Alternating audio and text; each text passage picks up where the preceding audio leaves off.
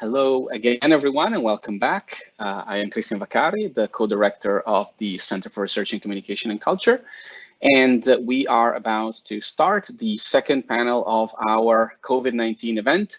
This panel is focused on the theme of protecting. What have we been doing to try to protect ourselves, to protect each other, to protect the most vulnerable amongst us? And for this panel, we have three great speakers, the first of which is Professor Andrew Chadwick, who's a professor of political communication here at Loughborough and the director of the Online Civic Culture Center, who will be presenting a paper co-authored with an extensive interdisciplinary team, of which I'm proud to be part of, titled Online Social Endorsement and COVID-19 Vaccine Hesitancy in the UK. Over to you, Andy. This slide means quite a lot to me. It was actually an illustration done by my daughter over recent months during the pandemic, and I thought it was quite symbolic of one of the main reasons why I chose to get involved in this project. So my talk today is about a piece of research that we published quite recently in the journal Social Media and Society. It's called Online Social Endorsement and COVID-19 Vaccine Hesitancy in the UK. There's a long list of co-authors on this project. If you want more detail, do please take a look at the paper itself. So cast your minds back to around about this time last year, a bit earlier in the year, March 24, 2020. The sense of crisis was obviously incredibly palpable in a way that certainly I've never experienced in my lifetime, and I doubt many other people have too. But of course, the uncertainty was partly bound up with the potential response to this issue, which is the nature of the medical interventions that might get us out of the pandemic. And of course, all of that revolved around the vaccines. So at the same time, we had a great deal of misinformation about the origins of coronavirus that were around at the time. And there were, you know, those of us who were interested in misinformation were paying a great deal of attention to this and looking at it almost with horror, I have to say, at the time, because the misinformation also was about the potential vaccines as well. This is probably the most high-profile example of misinformation during the vaccine trials themselves, when we had one of the early participants in the Oxford vaccine trial, Elisa Granato, was the victim of a hoax online saying that she died as a result of her participation in the vaccine trial. It wasn't, of course, true at all. It was completely fabricated. So our sort of sense of, well, what to do about the potential problem of attitudes to the vaccines crystallized round about the springtime of 2020, May, June, and it led to a rather remarkable project that is led by Daniel Freeman at Oxford. And these are the participants in that project. It's called the Oceans Project. And this is one of our research outputs from this particular group work that we got involved in. And I'd like to thank Daniel, but also, of course, most importantly, the Oxford Biomedical Research Centre at the University of Oxford, who funded this research. So if we think back to May 2020 and that moment during the pandemic when there was such great uncertainty, one thing we do know is that there were fairly high levels of vaccine conspiracy beliefs among the UK public. So this is a survey that we carried out in the first part of the project, Oceans 1, in May 2020, looking at conspiracy beliefs.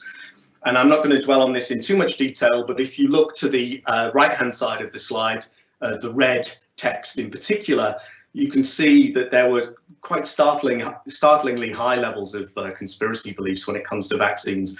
And even the neutral category is troubling, I would argue. And if we fast forward to October 2020, when we did the survey research on which this particular study is based, which addressed vaccine hesitancy specifically, we can still see quite startlingly high levels of vaccine hesitancy about a COVID-19 vaccine among the British public. So if we look at this, again, the red text is where you need to get worried. The amber text, get it when I have time, 23%. Get it as soon as possible. Only 50% of the British public thought that in October 2020. Now, in that same piece of research that was published in December 2020, based on that survey, we found that these were the attitudinal origins of COVID-19 vaccine hesitancy. I'm not going to dwell on these in too much detail, except to say that vaccine hesitancy toward COVID-19 is incredibly complicated. It's not quite the same as previous forms of vaccine hesitancy, for instance, related to autism, because it's bound up with multiple different complicated and complex social and political attitudes. It's not just about attitudes to the vaccination program, the speed of development of the vaccines. It's also tied in with conspiracy beliefs, attitudes to do with negative views of vaccine developers and doctors and NHS experiences. And if you have trust in the vaccines and you're confident about taking a vaccine, if you look on the right-hand side of this slide, you can see that those kinds of attitudinal roots of COVID-19 vaccine hesitancy stack up on that side and make it more likely that you will take the vaccine. But from our point of view as media and communication researchers looking at this from that perspective, it's these things that really matter. It's beliefs, attitudes, views, perceptions. It's the experiences of people, the suspicion and the concern. So where do people get their information about making their decision about the vaccine? And, you know, if they have these kinds of forms of hesitancy that derive from these complex attitudinal roots, how can we potentially address this using public communication campaigns?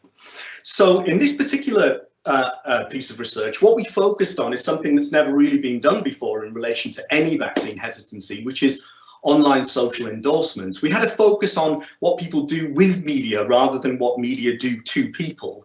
And that's important because if we're interested in how people endorse things online, we've got to examine their purposive behavior in trying to persuade or convince other people to behave in a certain way. Traditional top-down communication is still important, absolutely. James's presentation demonstrated that. But BBC use in the UK, for instance, although it was highly used as the main source of information on the pandemic in the early stages, its use declined throughout 2020, actually.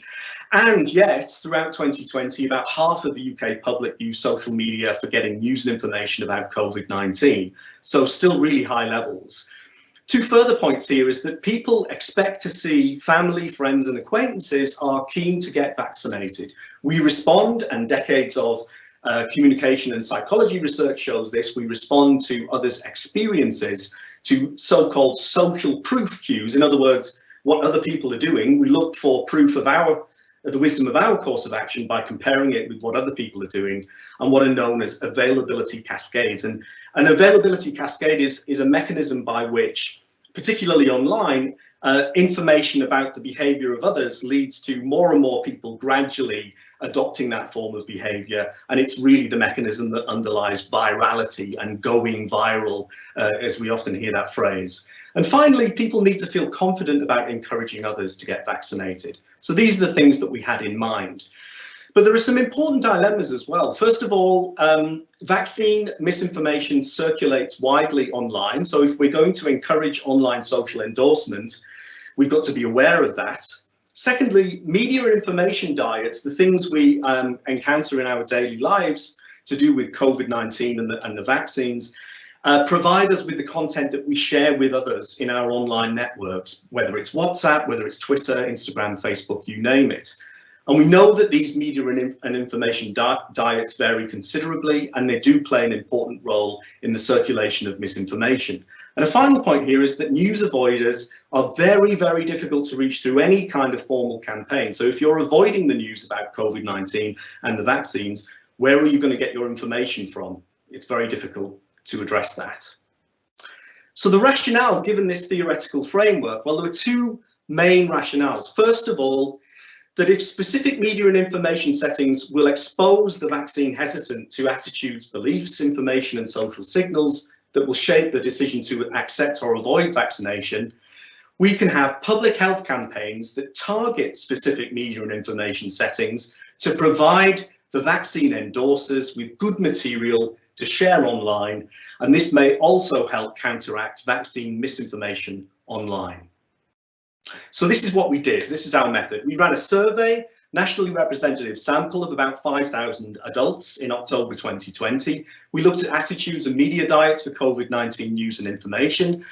We undertook something known as a cluster analysis to identify the actual media diets of the British adult population, not what we think they're doing, but what they're actually doing, and the complicated blends of different media and information sources they used. Then we ran some statistical models that isolated the attitudes and the media diets that linked to the use of social media and personal messaging, that linked those things to encouraging or discouraging vaccination. And we thought of media diet as what's known statistically as a moderator. So if you have a specific media diet and you put this into the mix with all of the other variables that determine whether or not you're likely or not likely to endorse positively the vaccination online, will that media diet act as a kind of amplifier, or will it actually act as an attenuator? So if you think about it in terms of sound, you know, somebody turns up the volume. If you have a media diet of a certain kind, will it turn up the volume on that particular form of behavior? In this case, either endorsing the vaccine or trying to persuade other people not to get vaccinated. Here's a full list of the variables in our analysis. We had all kinds of control variables. I won't dwell on these because in the interest of time, I need to move on. But we controlled, of course, for all of the classic things that we think would influence these kinds of attitudes: age, sex, income, education, you name it. But the main outcome variable was this question that we asked in the survey: how likely is it that you will use social media or text messages and personal messaging apps to encourage other people to get vaccinated? And there's the list of responses there. We included a don't know as well. And we also looked at two key attitudes that we thought were really important for explaining this, based on our findings from previous studies that we've done in our work here at Loughborough University. First of all, the news finds me attitude. This really means giving low priority to monitoring news and information and relying more on your online and social media networks of friends for information. Nobody's really previously examined it in relation to misinformation. We hypothesized that it would indicate reduced vigilance and reduced purposive information seeking. People would be less likely to seek information about the vaccines. And then secondly, far more controversially and far more troublingly, conspiracy mentality. So we have a range of different questions that assess conspiracy mentality. They've been validated in the social psychology literature for many years now. Conspiracy mentality is associated with these kinds of attitudes: a perception of low status, of having one's status threatened, a lack of control over public events, but not, interestingly, a lack of control over your personal life or interpersonal relationships, hostility to public authority. And it hasn't really been examined before in relation to online endorsement, but we again hypothesized that this would correspond with a need for control over interpersonal communication, while also fulfilling a public and political purpose. So what were the key findings? Well, we identified 6 main media diets among the UK population for getting news and information about COVID. So we had news avoiders. They use all media sources well below average. Mainstream or official news samplers. They use mainstream sources such as newspapers in print and online, television, radio, and official sources, government websites, NHS websites, slightly more than average, while their use of social media is below average. Super seekers, these are our labels, by the way, use all sources far more than the average. The omnivores use all sources, but each source is used only moderately above average. The 5th group are the social media dependent, who use all social media platforms much more frequently than the average, and all mainstream and official sources less than the average. And finally, we have the TV dependent, who get their news and information about COVID-19 mainly from television and use other sources well below the average. So these are the actual blends of people's media and information diets. What we wanted to get away from was simplistic, univariable kind of explanations where we say, oh, well, it's all about social media or it's all about the BBC. We wanted to look at the complexity of people's media diets. So beyond that, we found that in basic descriptive terms, about 1/3 of the UK adult population said they intended to use social media and personal messaging apps to encourage people to get vaccinated. 1/10 said they would use social media and personal messaging to discourage others, to persuade them not to get vaccinated. Interestingly, about half were undecided either way. And finally, there was a clear and robust statistical link between vaccine hesitancy and the intention to discourage others online. The next set of findings, the final set of findings, are what we call the multivariate findings from the multivariate analysis. So what we found was that if you avoid news and you have a news finds me attitude, this is associated with the online discouragement of vaccination. On the other hand, if you are a super seeker who seeks out information from all sources, or you're an omnivore, you're most likely to be an encourager of vaccination online. And finally, and most troublingly, the combination of social media dependence and higher levels of conspiracy mentality is most likely to be associated with the online discouragement of vaccination. So what are the implications and recommendations that we made based on these findings? Well, the optimistic ones are that clearly online discouragement of vaccination is a minority pursuit. But then again, media diet really matters. The only clear link between positively encouraging vaccination in online networks is to be found between the super seeker media diet and the omnivorous media diet. The more pessimistic findings and implications are that if you avoid news, it means that you have less exposure to authoritative sources, you have fewer opportunities to learn about the vaccines, and yet at the same time, you're more likely to discourage others from getting vaccinated online. The same applies to the news finds me attitude. You score high on news finds me, you're not prioritizing information seeking, and yet you're more likely to discourage others. And perhaps most troublingly, the link between conspiracy mentality and social media use means that online discouragement is more likely to happen, and that will undermine the UK vaccination programme to some extent. So what did we finally recommend on the basis of these particular findings? First of all, direct contact. It sounds strange, somebody who's interested in online communication, but we encouraged the Department of Health and Social Care and the government to engage with campaigns aimed at the post, the workplace, local community structures, phone counselling via local health services to reach the news avoiders.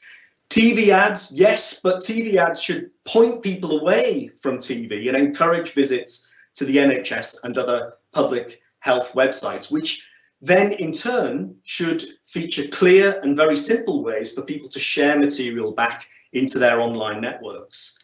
Social media campaigns, absolutely, to provide the super seekers with the good resources to share online, but also those kinds of campaigns should encourage social media users to browse away from social media platforms and visit reliable online sources. And then finally, social media companies should intensify their removal of vaccine misinformation and anti-vax accounts. Now, I'm just going to talk you through some very, very brief examples of these things in action. So here is a story from BBC News about use of phone calls among GPs to contact the vaccine hesitant in Leicester. Here are some really good examples from the campaign that was launched just 2 weeks ago with the rollout of the TV advertising, but also embedded in that was, for instance, the Royal Mail having a postmark campaign where they would raise awareness in the direct mail to people via postmarks mentioning the vaccines, urging the public to click onto nhs.uk and targeting workplaces as well. And in online advertising, clear cues to people to browse away from the social media environment and to visit website, read about the COVID-19 vaccine. You will see that in most of the online ads, certainly on Twitter and Instagram. And then finally, well, a rather mixed picture as usual, but nevertheless, progress is being made. The social media companies, of course, have been removing vaccine misinformation since before Christmas, but recently, over the last week in the UK context, this has now been extended to removal of vaccine discouragement, not just vaccine misinformation. Thanks very much for listening. I look forward to your questions.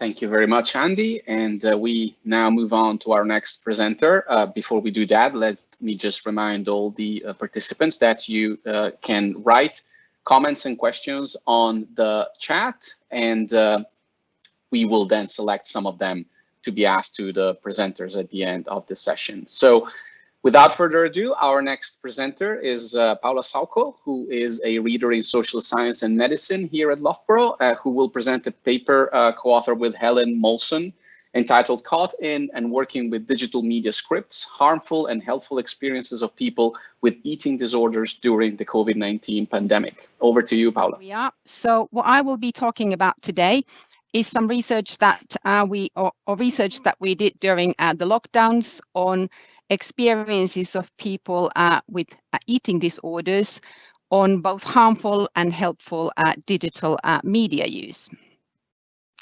And there are two big words here, mental health and digital media, that are very timely. So when the pandemic hit the fan, mental health went down and digital media use went up. And this is no different in terms of eating disorders. A small survey conducted during the first lockdown revealed that 87% of people with eating disorders had worse symptoms, and 81% of them were spending more time on digital media and were perceiving that as being harmful. However, if we kind of look at this from a broader perspective, you know, there are lots of quantitative psychological studies and systematic reviews on the association between mental health and social media use. And the answer is that the connection is not a simple one, it's complicated. And people have found that there are a few mediating factors that seem to account for, you know, negative and positive effects. One of the key reasons for negative effects are the so-called social comparisons. So people are browsing other people's profiles and feeling, you know, negative about themselves, or problem use, so that they're using digital media in extraordinary amounts or perceive it as problematic.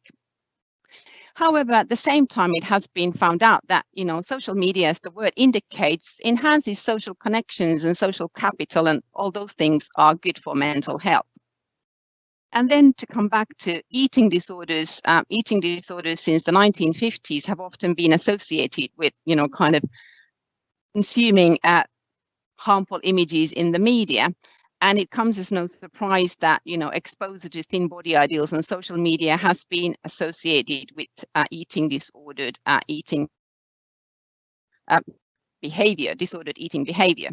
And another line of inquiry in this area is also research on so-called pro-Ana groups that caused a bit of a social panic a few years ago, which you know, focused on them allegedly encouraging eating disordered behavior. But that is a bit of a controversial topic. But if we kind of look at what's been done and what we have done, what I found in a lot of these studies is that they are focused on what I would call engagement styles. So how do people engage with media? Are they enviously scrolling at other people's profiles or images that might be harmful? And I think that this line of inquiry locates the problem in users and use. So it kind of psychologizes it. You know, a lot of these studies have been conducted in cyber psychology. And because I hail from media studies and sociology, I kind of like to look at it a bit differently, and our interviews that we conducted support this. And I see that we should focus much more attention on the digital media scripts or mechanisms that are designed into the devices and platforms and that have mental health implications. Kind of wanted to focus the attention from users and use to the platforms, because I think that the former line of inquiry adds insult to injury, so to say. And so the study that we started was supposed to be a pilot, but it kind of exploded, perhaps because it was lockdown, and we ended up interviewing 31 people with quite varied backgrounds that had varied eating disorders between May and December 2020, mostly during the lockdowns, mostly through video call, sometimes through phone. And we recruited them through a eating disorder charity called Anorexia and Bulimia Care by their social media and their website. And we also complemented the sample from a student research volunteer pool at the University of West of England, where my co-I works. And the people were quite varied, ages between 18 to 49, which is actually relevant. different kinds of eating disorders, mostly white women, but some Black and minority ethnic, as well as male participants as well. We identified 3 teams. One of them is interpersonal relations, then following varied micro-influencers, as well as access to a huge variety of various digital mental health care. Just to give you some examples of our interviews. So about interpersonal relations, people were saying, if I didn't have my phone, I wouldn't be able to text my family or call my mom or text my boyfriend or my friends at the other universities all over the UK. It definitely helps, especially in lockdown. So a positive thing. And I have a friend who has similar issues with me with eating disorders and depression. So there were memes we shared earlier today. It like allows you to express your mood without it being like a lengthy conversation. We're just like, I relate with that too. We are not alone. So again, a positive. And then you can compare yourself to a lot of people. You compare to what they look like. You voyeur over their lifestyle, about how much wealth they have, how much fun they're having, what kinds of relationships, apartments, jobs. So that's a negative comparison. And then Snapchat's a bit toxic, really. You get to see if the person viewed your message and is typing and is responding. If not, you will just have it receiving me and letting you wait. And the bad part is that I think people can see if you're online and doing a video call. It makes me want to do it as well. So what we make of these things is that especially messaging apps, that especially the younger people in the early 20s were using loads, were helpful in keeping in touch with friends, just having a casual chat, playing games, etc., as well as more seriously kind of finding social support, calling your family or friends when you were in distress. They also particularly liked the multimodal communication kind of features that were available on these apps. So you could, choose to have camera on, send voice notes, memes, just text, etc., depending on your headspace. And these apps often added these features to them during the pandemic. However, at the same time, the way in which the platforms encourage people to expand connection, as well as the kind of attention economy of getting likes and posting, the best pictures, fueled social comparisons. And this was especially in the classic social media platforms such as, and then something that, was a bit new to me was that these mechanisms to intensify engagement on messaging apps like seeing the message and notifications, etc., fueled pressures to interact all the time, respond to messages, being a bit overwhelming and fueling insecurities like people are ignoring me. Then there were these influencers which are often associated with eating disorders, and here are some quotes. If you interact with the video, then lots more videos of that type will come up. On TikTok, you're literally just swiping down and you really can't control what you see next. You're looking at somebody who's telling the story of their weight loss. It's just all your senses. It's concentrated. And then you just move on to the next video and it's the same again. So very negative. And then on contrary, I do follow a few influencers that are sort of recovering from eating disorders or mental health issues. Just hearing that they've gone through something and they've been able to get out of it, just sort of showing that it is possible. So a positive. And then I used to follow somebody on social media and I thought that that was positive because they were trying recovery, but it probably wasn't helpful for me. Yeah, because he was just posting about recovery and being in athletic clothes. So an awful lot of promoting free from anorexia, but not really realizing maybe the impact of visually how she presents the message of recovery. So a contradictory one. So what are we going to make of these things? Well, first of all, digital media, when I was an undergraduate, was supposed to be this wonderful participatory realm where people could all of a sudden start becoming, their own voices and become creators. And all this gave rise to the so-called micro-influencers. In this space, these influences were actually quite complicated because the participants said that these influences were particularly relatable because they were not like celebrities far away, but they could see themselves in their shoes. But they produced a lot of generic content on weight loss and diets and clean eating and exercise. And then these algorithms were pushing these same videos, creating a very dangerous rabbit hole of triggering content for people that have a compulsive disorder. At the same time, these sort of recovery and body positive influences that many try to steer their feed towards provided a counterbalance that could be positive for people. But because the social media conventions of what you're supposed to look like are so strong, a lot of the times these alternative influences were also, drinking lattes, wearing bikinis, eating quinoa, wearing athletic clothing, and portraying themselves in flats with white walls. And so that didn't quite get away from the triggering content. And then eventually, obviously, this was a time when people struggled to get mental health care. And, some of these things refer to the moment, some of them talk about past experiences. So people say, when I tried to recover on my own, and it is still something I'm part of, I joined a Facebook recovery group, which is like a private group of people who were in recovery themselves. And I always found that was really positive. So that, again, was a positive. And then there's a kind of an eating disorder community on Tumblr, which is not laughing, the best eating disorder community. I kind of have one foot in, one foot out on it, because it's a bit of a bad influence, because there's a lot of people on there who kind of aren't very well. So not a good experience. And then I don't know if you would call her an eating disorder therapist, but she's from America, and I had a few FaceTime sessions with her. They were paid, and she's written a few books about eating disorder recovery, and she also produces videos. I found out after I had my session with her. So that's a bit of a curious thing. You can beam at these coaching sessions from the US.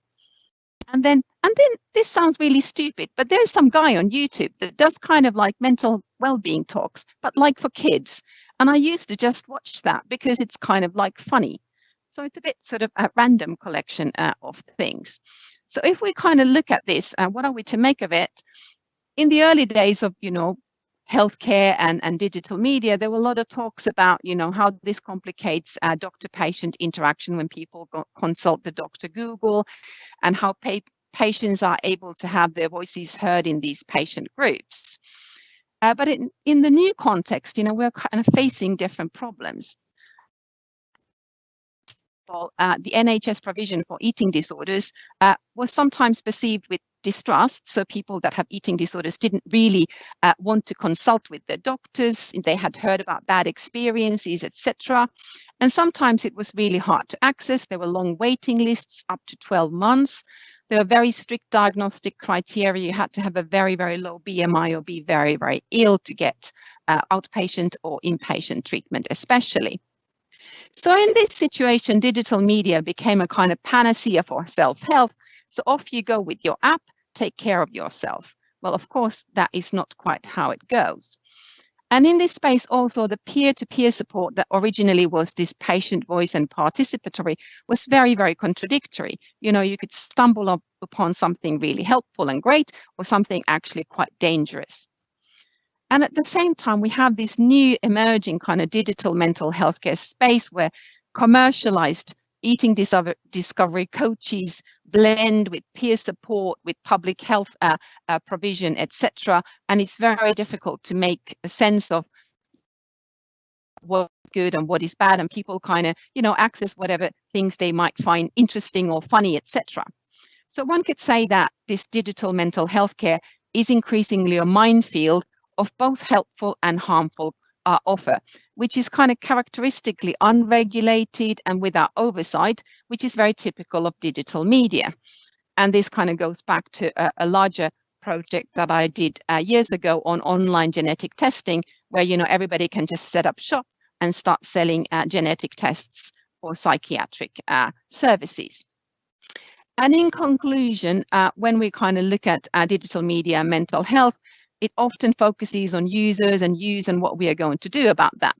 But I think that much more attention should be paid on the sort of details, as well as the wider economy of digital media scripts and mechanisms that influence mental health.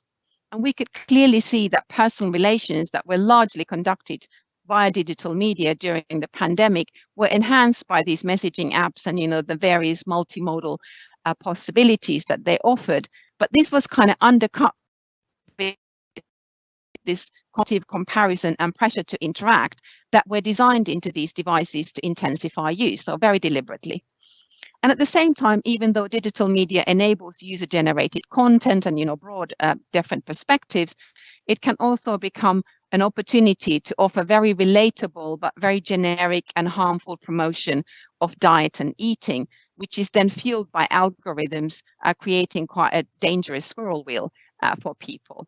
And at the same time, these recovery and body positive content can offer a counterbalance and be helpful, but oftentimes they are still structured by these generic visual conventions of wearing bikinis, athletic clothing, and drinking lattes, so that they tend to repeat the mainstream generic conventions. And in the end, the kind of new expanding area of digital mental health care offers loads of different helpful and harmful advice and content, and it creates a minefield of largely unregulated content and services, which is very characteristic of digital economy as a whole. And then kind of a thing, well, what would help? I don't have a huge solution to all this because it's quite a broad topic, but we have a very small next step, and we are co-producing a digital media survival guide with the largest UK national eating disorder charity, Beat. And it presents us with the wonderful challenge of condensing a year's worth of work into a 17-second TikTok video. Okay, thank you so much for listening. Thank you very much, Paula. I think very nice example, the two presentations we have just seen of the different ways in which social scientists try to answer difficult questions and how you can get very rich and interesting answers using different kinds of methods. And I'm sure this is going to continue with our third speaker, Professor Liz Stokoe, a professor of social interaction here at Loughborough, who is going to present some work co-authored with Emma Richardson, and the title is COVID, the Messaging, the Communication, and the Conversation. Hi, everyone. Hope you can hear me okay. So I'm going to give 3 brief examples of how conversation analytic research can underpin and shape communication relevant COVID-19 policy in different domains. The first is a report of the relationship between government messaging and public understanding of and adherence to the COVID-19 rules. The second is about how I brought some of the core features of social interaction research to shape guidance about adherence to social distancing.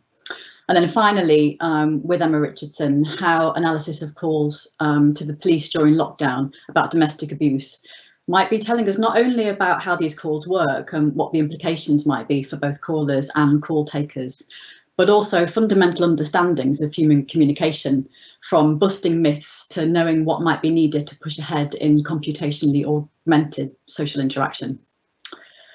Before I start, though, I just wanted to say something about the research methods that underpin what I'm going to describe in each example, since they're quite different, and I was reflecting on it when I was putting this presentation together. So I'm a conversation analyst, which means that I work almost exclusively with recordings of actual in the wild social interaction, no simulations, no experimentally produced encounters, no retrospective surveys or recalled experience or interviews.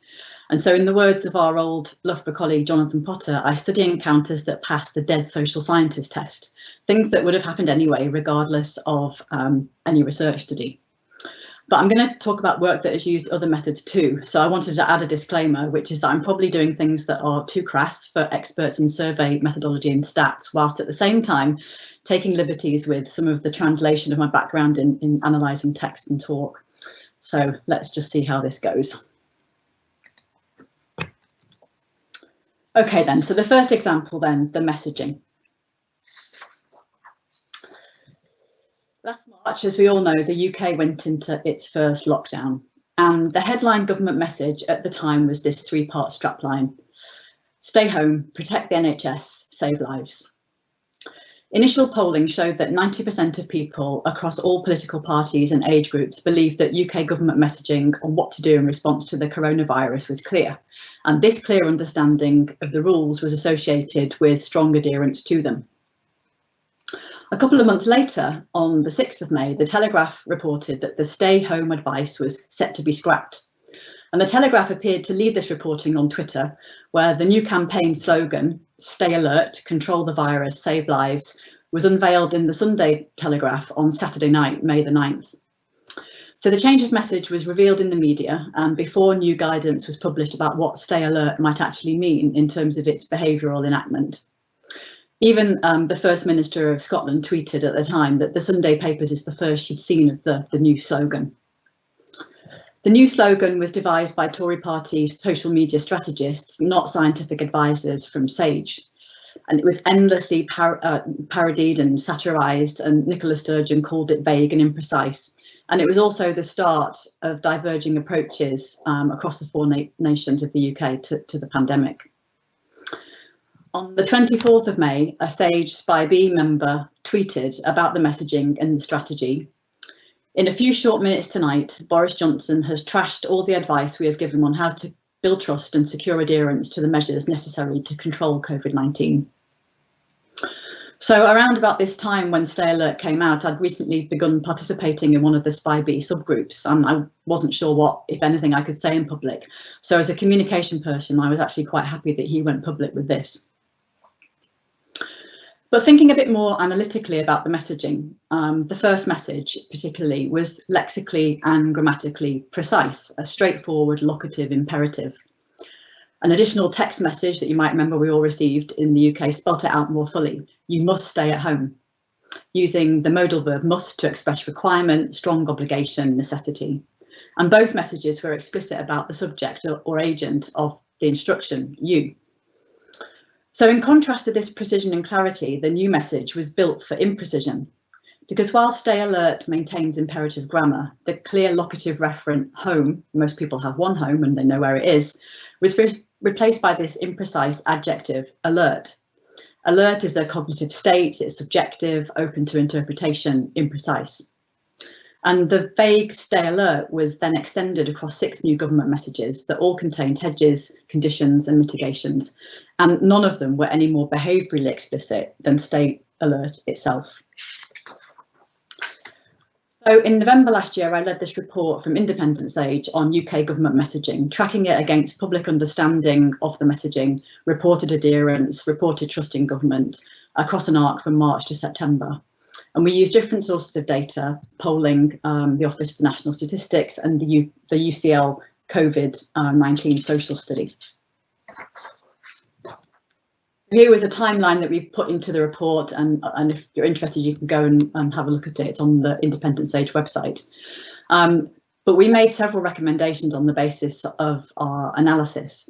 First of all, that messaging should be lexically and grammatically precise and so easy to understand, enact and adhere to. Messaging should be irony resistant. Branding or sloganeering should not come at the expense of clarity and precision. And messaging should be underpinned by evidence about what is effective in messaging.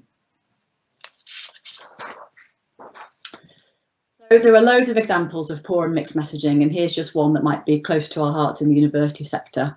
An animation from the DFE showing a lovely snowy train as the mode of transport in the student travel window, while the written guidance says students should only use public transport if they have no other option. Okay, my second example then is going to stay with one of the key mitigations for COVID-19 behaviourally, which was social or physical distancing. So, like everyone else at the start of the pandemic, I noticed how we humans were rapidly changing our behaviour.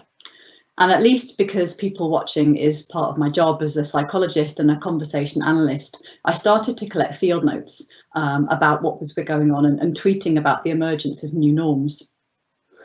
And how the practice of physical distancing and not physical distancing was an accountable, moral, collaborative production involving embodied conduct in aggregate with spoken interaction. With colleagues from Loughborough, Magnus Harman and Saul Albert, and Eric Laurier from the Geography Department in Edinburgh, we used some of these field notes and tweets along with CCTV data collected by Magnus that we called the kebab corpus, because the camera was above a kebab shop, to write a piece called Walking in the Time of COVID-19. And I'm currently working on a longer piece about new norms with social psychologist John Drury. And as well as for the love of the research, we wanted to bring together our quite different traditions in psychology to address this topic, because for me, it's become really important in the last year, or it's maybe really underlined for me, both in my role at Loughborough in the last few years, but also working with the different science groups, how productive interdisciplinary working really is when it all comes together properly. I've also turned some of this research, the new work and earlier work, into guidance for managing breaches of new norms. So for Loughborough, I wrote a guide, how to say when it's not okay, but also for the Scottish Government. And so this includes saying things like, I'll just give you some space, to someone who is coming towards you and looking like they're not likely to maintain distance, rather than making the request to, can you stop there or back off? So basically making an offer of space, doing that action, rather than doing a request. So one of the reasons why conversation analytic research is so important for underpinning guidance for having actual conversations is that while people often do what works and what's effective, they don't know on reflection post hoc what they actually did that worked. So guidance about communication is often wrong from the get-go. So as one of the founders of conversation analysis wrote, the research yields empirically grounded results at variance with our common sense intuitions about how some action is accomplished. And then 20 years before that, from psychologists Nisbet and Wilson, a bit of a classic quote in which they write that when people attempt to report on their cognitive processes, they do so not on the basis of any true introspection. Instead, their reports are based on a priori, implicit, causal theories and judgments. And so this brings me to my final example about conversation, and this is squarely in the field of conversation analysis. You'll doubtless have seen over the last year many reports about the increase in domestic abuse during lockdown. And so I've been working with Emma Richardson, who is leading this project, and police and other partners that are sort of growing as we keep going with the research, to examine this issue from the start of the reporting process, when people actually call 999. The police were really interested because they told us at the start of the pandemic that although charities were reporting large increases in calls and reports, this wasn't being translated into calls to them anyway. So our questions include things like, how do people report domestic abuse to the police in general? How are reports then received by the call taker, responded to, progressed, transferred, referred? And then how do pre-pandemic calls differ from during the pandemic calls? So we're doing all sorts of coding of a data set of around 200 calls across pre the pandemic and during the pandemic, including who's calling, what differences there are between who's calling as a witness, who's calling as a victim.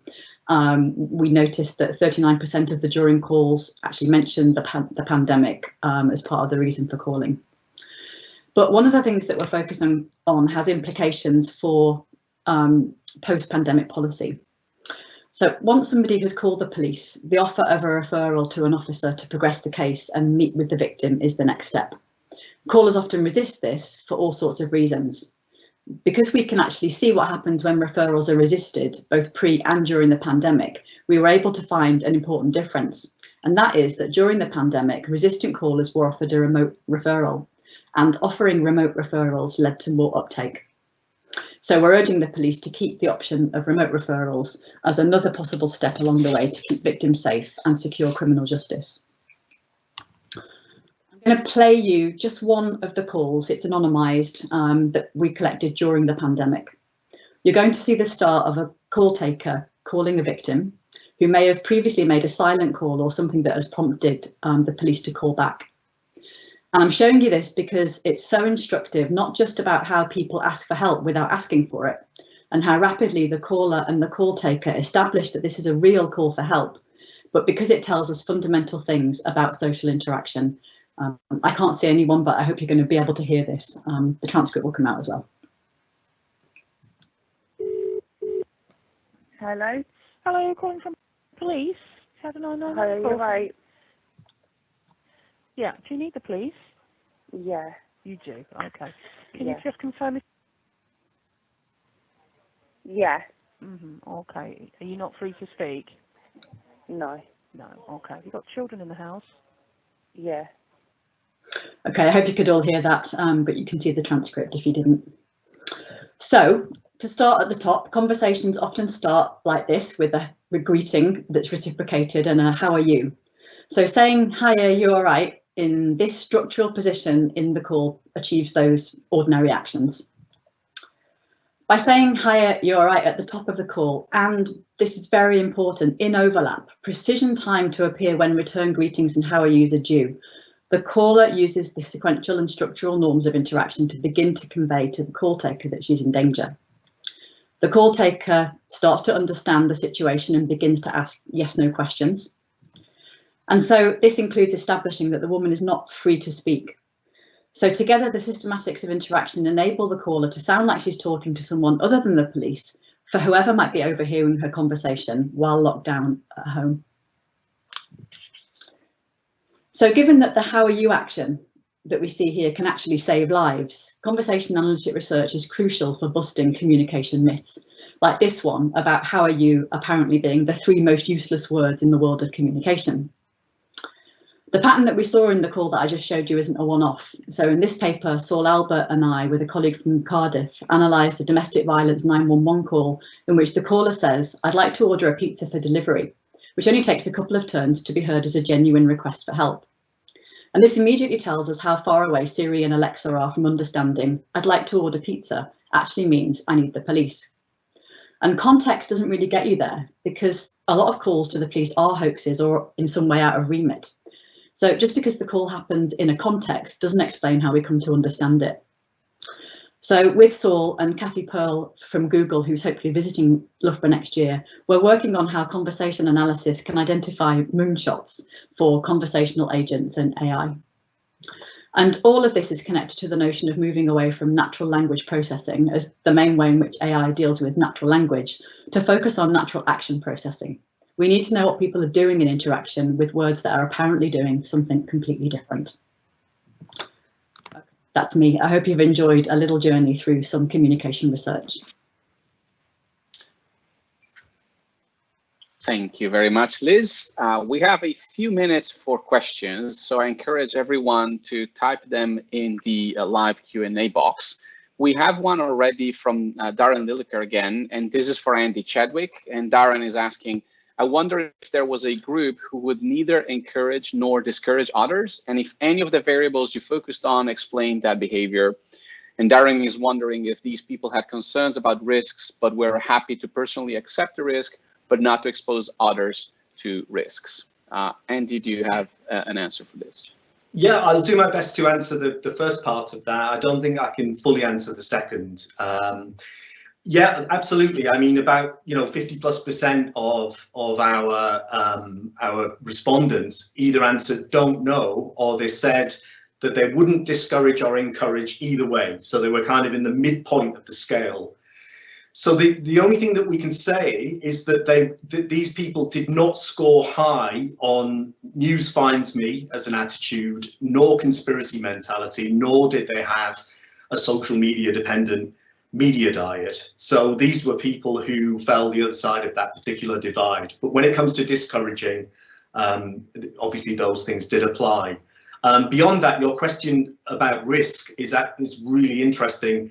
If you're interested in the different perceptions of risk, I'd point to 2 things. One is the paper that we published in December in Psychological Medicine, which did a huge structural equation modeling factor analysis of lots and lots of different responses on attitudes.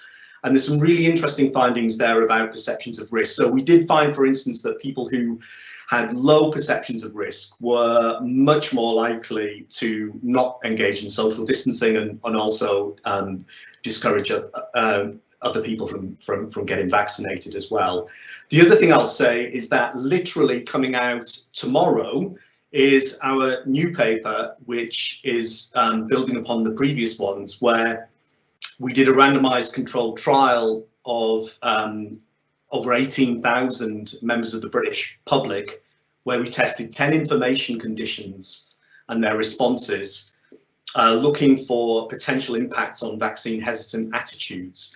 I'm not going to spoil the story because it's embargoed until tomorrow morning, but you will find some interesting findings there around perception of personal benefit of getting vaccinated and how that could play a role.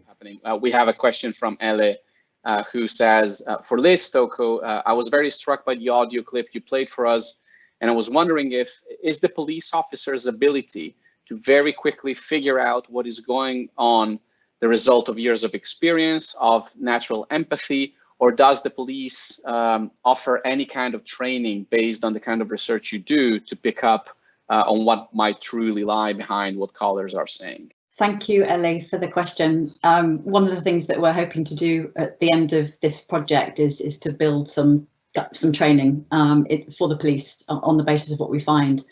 In terms of quickly figuring out what's going on, what's really interesting is actually to compare the call that I just showed you and the other one that we've got, which is a pizza call, and some others where basically callers are phoning and saying nothing at all, so they're silent, and how it is that can still nevertheless be heard as a genuine request for help versus a hoax. Because we've also got lots of examples of sort of hoax calls, or I actually hesitate to call them hoax because you don't really know what's going on with people when they're calling for apparently other reasons. But one thing that nobody really picks up on until you start to look carefully is things like the very precise placement of responses that cut into what someone is already saying. And it's as though people are trying to convey, if you'd have asked me what type of pizza I like, this is where I'd be telling you it's ham. And it's something like that. And somehow we've seen that now in different calls, and it's really quite difficult to describe, but it is to do with where people respond. And so at least in some of the, let's say, hoax for the sake of a shortcut calls that we've looked at, you don't get that sort of incursion into the turn when people are responding with something like, I just want to know what time it is, and then they get treated quickly like a hoax caller. So this is why it's so wonderful, actually gorgeous to see people's skills at picking up on where it is that people reply, not just what they say. And it's definitely not just because they're calling the police that it must be always a request for help. I have a simple, well, a quick but not simple question for Paula. You said you're going to produce a 17-second TikTok video, trying to help people navigate the social media during a pandemic. What do you think is going to end up in those 17 seconds? What is your core messages? What are your core messages going to be? Thanks for that. It's we are co-designing it. So actually the Beat ambassadors and users and their digital media team are helping us to do that. And I also would like to say, Liz, thank you so much, because I probably can't have like one shot of a message in such a short video. But yeah, we do have a couple. One is about the rabbit hole. Don't fall into the rabbit hole. And the other one is practical tips about how to use digital media for personal communication. We can't be theoretical. It has to be very precise and very concrete. But it has been quite an experience. It's already taken a huge amount of time, and we are pretty much nowhere yet. Last question. We have a question for Paula again. Do you think the announcement of today's online harms bill will have an impact on the diet-based online content culture? Thanks.